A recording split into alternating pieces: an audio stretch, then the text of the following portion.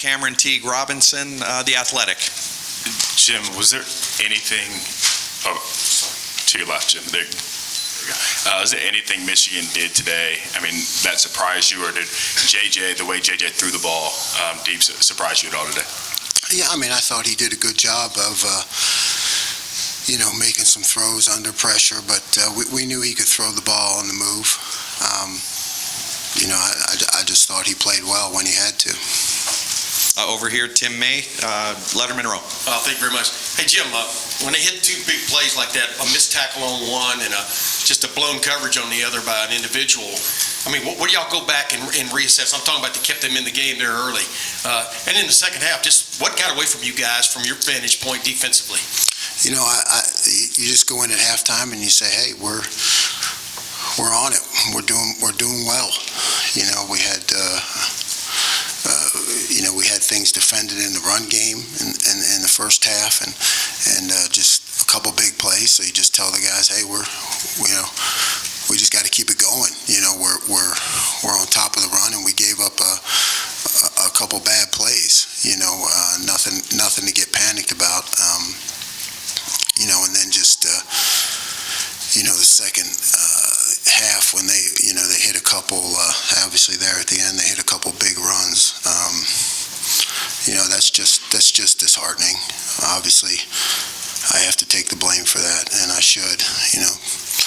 Just got to do a better job. It's a story of explosive plays. I thought we matched well. And nothing well in a loss like that. But we matched through the course of the game, but too many explosives, and that's disheartening. For not just the defense, but the team, the fans, and I have to take responsibility for that. Second row left, Dan Hope, 11 Warriors. Yeah, Jim, just following up on the explosives, if I remember correctly, at one point this year you said, you want to keep a team to 5 explosives or less. Today, 5 explosives cost you the game. So is there something that you have to change philosophically so that doesn't happen in the future? Yeah, you have to evaluate. The explosives. When they go for touchdowns, they become a different story. Typically, the course of my career, you preach, the explosive plays, and you have a chance to get the guy on the ground, and then you recover.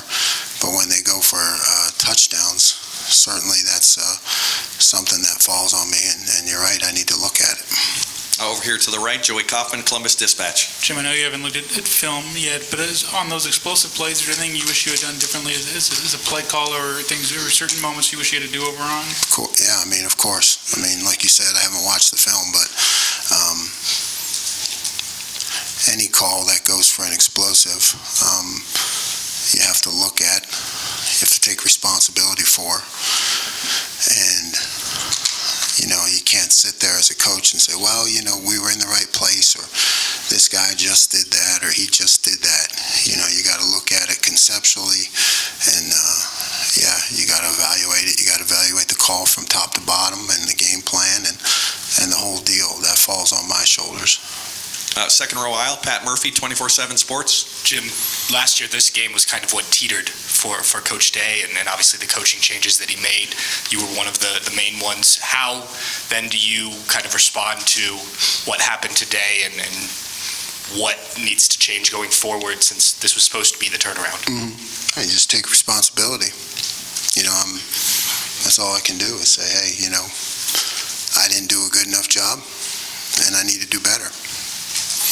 Over to the right, Bill Rabinowitz, Columbus Dispatch. First of all, Jim, just how stunning is this that this happened today? And second, the pass defense has been an issue this year with giving up big plays. Is it something is it a technique thing, a fundamental thing, a scheme thing, a personnel thing?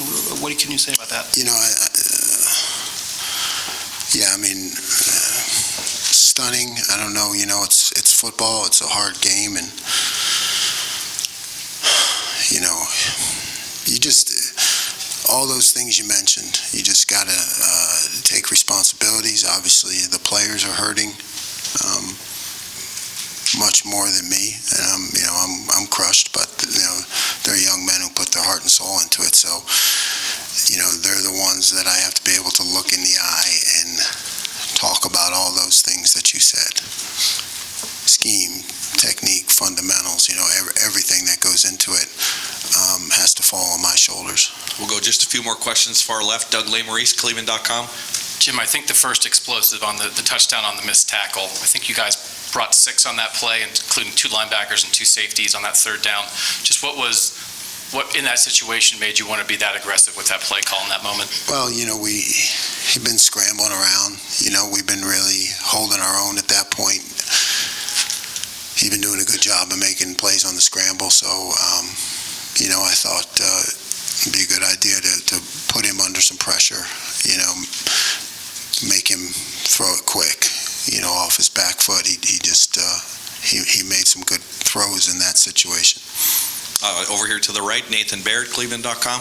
As you alluded to, you guys were controlling the run in the first half, but even before those explosives, they obviously got things going with the run game, and we're kind of chunking out some bigger yards, grinding things. Just what did you see that changed there in terms of either their execution or your lack of? No, I think they switched up their scheme a little bit. They were really hunting for ways to run the ball and